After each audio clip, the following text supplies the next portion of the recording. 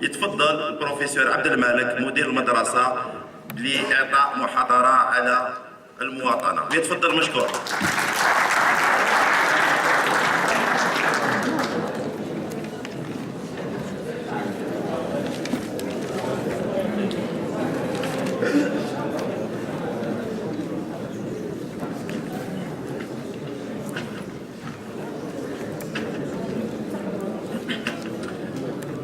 بسم الله الرحمن الرحيم والصلاة والسلام على أشرف المرسلين.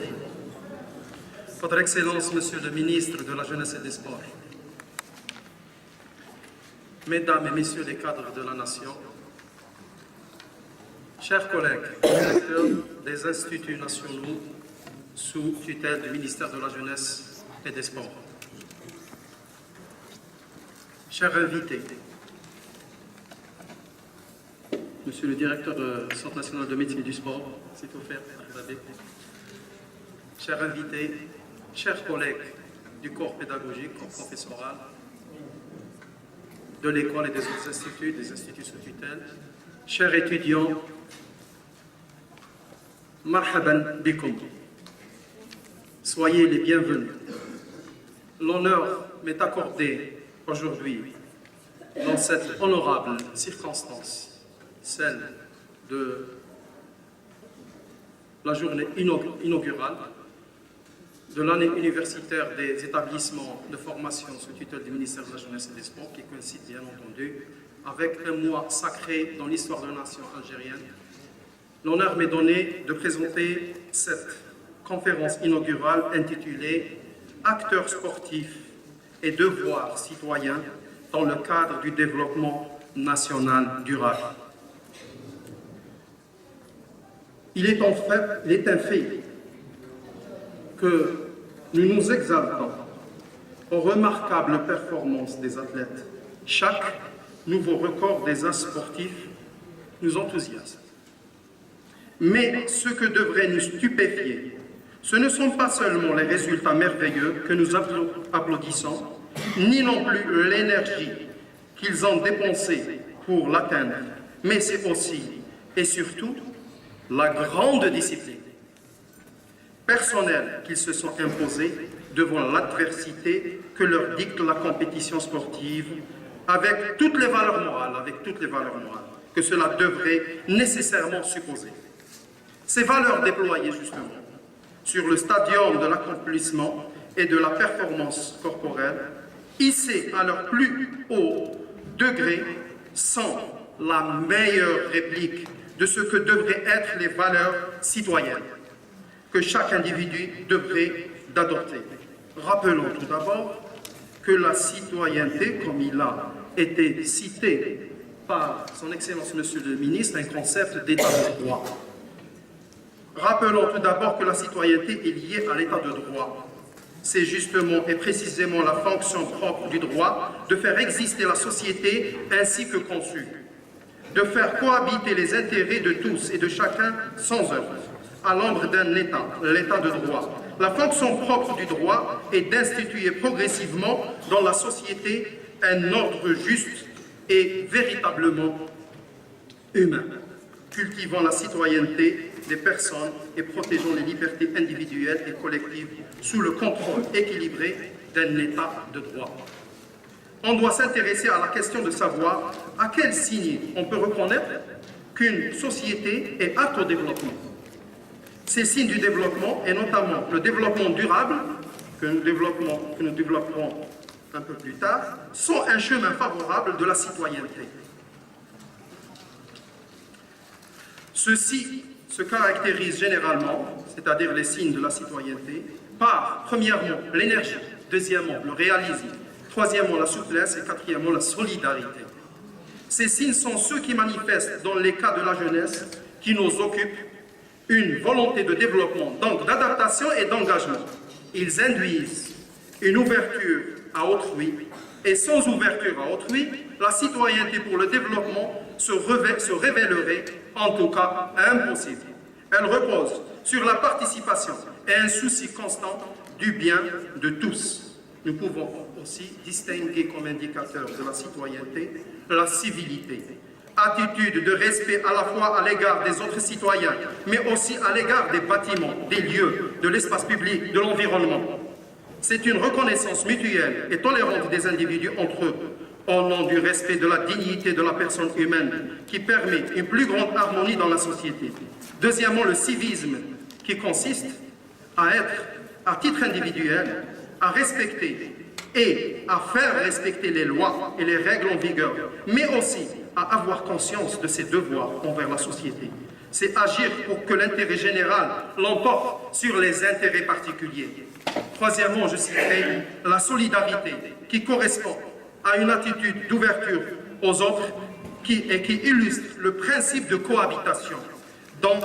Dans ces conditions, la solidarité qui consiste à venir en aide aux plus démunis directement ou par le biais des politiques publiques est très directement liée à la notion de citoyenneté. Les valeurs fondamentales et les objectifs et les principes de l'olympisme ne sont-ils pas aussi des indicateurs de la citoyenneté? Aujourd'hui, les valeurs olympiques d'excellence, d'amitié et de respect sont l'âme du mouvement olympique, dont elles imprègnent l'ensemble des actions et des décisions. Au sujet des objectifs de l'olympisme, le baron Pierre de Coubertin était interrogé sur les raisons de sa détermination à rétablir et à réhabiliter les Jeux anciens et de créer le mouvement olympique. Il répondait volontiers que son but était essentiellement d'ennoblir et de consolider le sport pour garantir son indépendance et sa pérennité, lui permettant ainsi de retrouver le rôle éducatif qui lui revient dans le monde moderne. Au fil du temps, les idées de Coubertin sur le rôle du sport dans l'éducation allaient subir des études détaillées dont les éléments circonscrits ont servi de point de départ à l'adjonction dans la charte olympique de 4 objectifs fondamentaux. Premièrement, promouvoir le développement des qualités physiques et morales qui sont à la base du sport. Deuxièmement, éduquer les jeunes par le sport dans un esprit de meilleure compréhension de l'autre et d'amitié et contribuer ainsi à bâtir un monde meilleur et plus pacifique. Troisièmement, répandre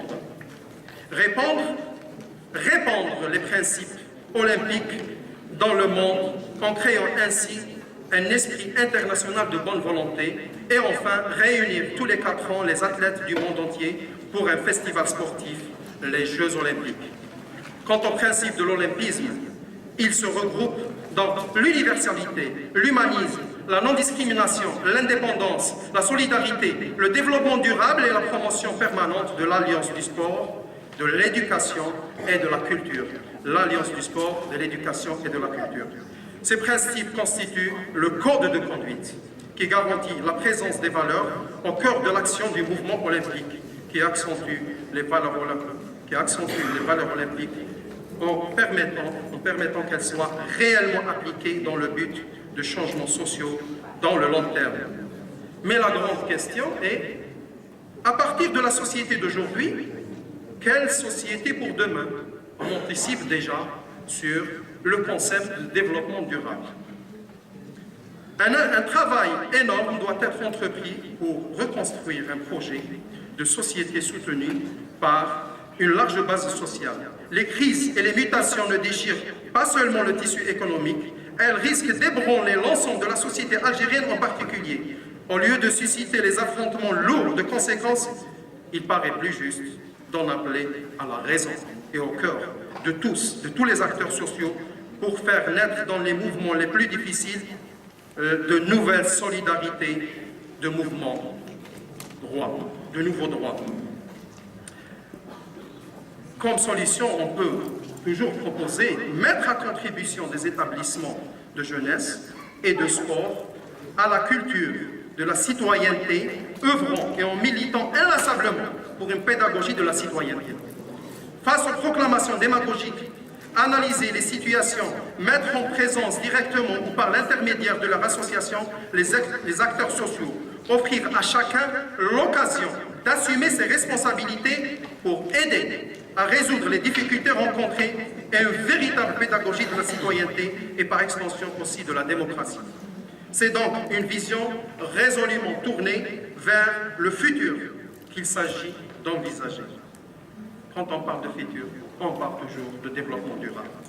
Les acteurs sportifs dans ce cas et les mouvements citoyens, qui est leur incarnation et son prolongement, aident le monde à respecter la vision d'un monde meilleur et plus humain. Pour exprimer cette vision avec plus de réalisme et d'efficacité, il faut prendre la résolution de clarifier le sens des valeurs sportives citoyennes et de les regrouper dans un cadre général. Selon ce nouveau système, il s'agit de souligner le lien des valeurs citoyennes avec la mission, les activités, les lignes directrices et les principes du mouvement. Il est donc nécessaire de concevoir, développer et mettre en œuvre des stratégies de promotion de la citoyenneté. Il s'agit d'abord d'inscrire la citoyenneté dans le contexte et les buts du développement durable. Permettez-moi, monsieur le ministre, de faire une petite digression pour donner un petit sens au concept de développement durable.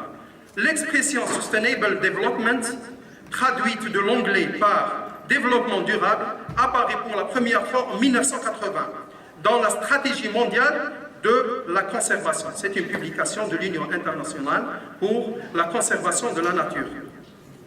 Quelques années plus tard, elle se répandra dans la foulée de la publication en 1987 du rapport de la Commission mondiale sur l'environnement et le développement. Notre avenir à tous s'intitulait, ça s'intitulait Notre avenir à tous. Aussi appelé rapport Brundtland, du nom de la présidente de la Commission, Madame Gro Harlem Brundtland. C'est de ce rapport qu'est extraite la définition reconnue aujourd'hui. Donc, on peut dire que le développement durable est un développement qui répond aux besoins du présent sans compromettre la capacité des générations futures de répondre à leurs besoins.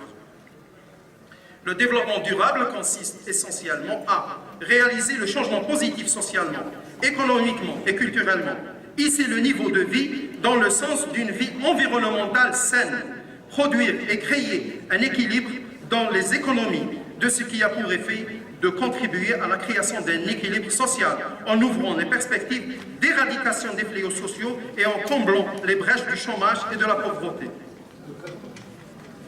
Sport et concept de développement durable. Il y a lieu de cerner le concept de développement durable et ses buts, d'en saisir la relation avec la citoyenneté, car il s'agit d'arriver à faire prendre conscience des grands enjeux et une affaire centrale. Si on réalise le choix d'une communication adaptée, ainsi que la cible visée de manière sérieuse, alors les comportements de la citoyenneté effective en seront engendrés, tels que je laisse ma voiture au garage, je trie les ordures, j'utilise les eaux de pluie, etc., etc. C'est généralement en cela que se résume la communication du développement durable.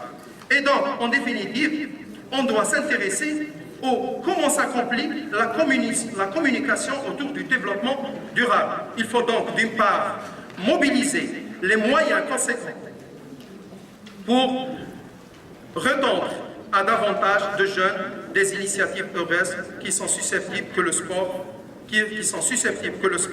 il ne peut résoudre tout pour être un facteur de progrès dès lors que l'on veille à adopter l'approche pédagogique adéquate. Donc, mon intervention pourrait être très longue. Je passe à ma conclusion en disant qu'il faut admettre, il n'est pas difficile de le faire, que le sport peut être, en dépit des limites et difficultés, un outil privilégié de réconciliation, pouvant servir valablement à penser les plaies sociales et aider au retour à la normale, en dépit des menaces omniprésentes de l'obscurantisme extrémiste qui ont pesé de tout leur poids sur la population juvénile et moins jeune et sur les familles victimes du terrorisme. Le sport algérien a continué à donner, par l'alignement de sportives et sportifs de haut niveau, la dimension de la détermination et des qualités de bravoure y afférentes dans les plus grandes rencontres sportives mondiales. Ceci prend toute son importance quand on saisit avec effroi le degré et l'ampleur de la violence qui sévit aujourd'hui dans les stades et en dehors, ce qui justifie assez qu'on se penche davantage sur l'homme. La démocratie, qui est l'expression même de l'État de droit, est à la fois un acquis et une conquête dont il faut constamment soutenir les fondements et les bases, sans quoi celui-ci peut sombrer plus vite qu'on le pense dans le chaos. Et cela, c'est l'histoire universelle qui le montre. Enfin, l'acte de civilisation par excellence dans la modernité peut être considéré à juste titre comme la manifestation la plus concrète, la plus élaborée et la plus achevée, accompagnant elle-même intrinsèquement la démocratie par excellence, et celui qui fait qu'un groupe de personnes animées d'un ensemble de valeurs citoyennes admettent délibérément de se mettre d'accord avec les autres sur un ensemble de règles, de s'y conformer, de les respecter et d'avoir à tout moment de leur application une attitude de discipline librement consentie. Désormais, il s'agit de bâtir, à partir des cultures anciennes ou nouvelles, enfin reconnues. La démocratie n'est pas encore suffisamment ancrée en Algérie pour s'épanouir pleinement, pour permettre à chaque individu ou communauté d'être soi-même avec son passé et son avenir. Je vous remercie.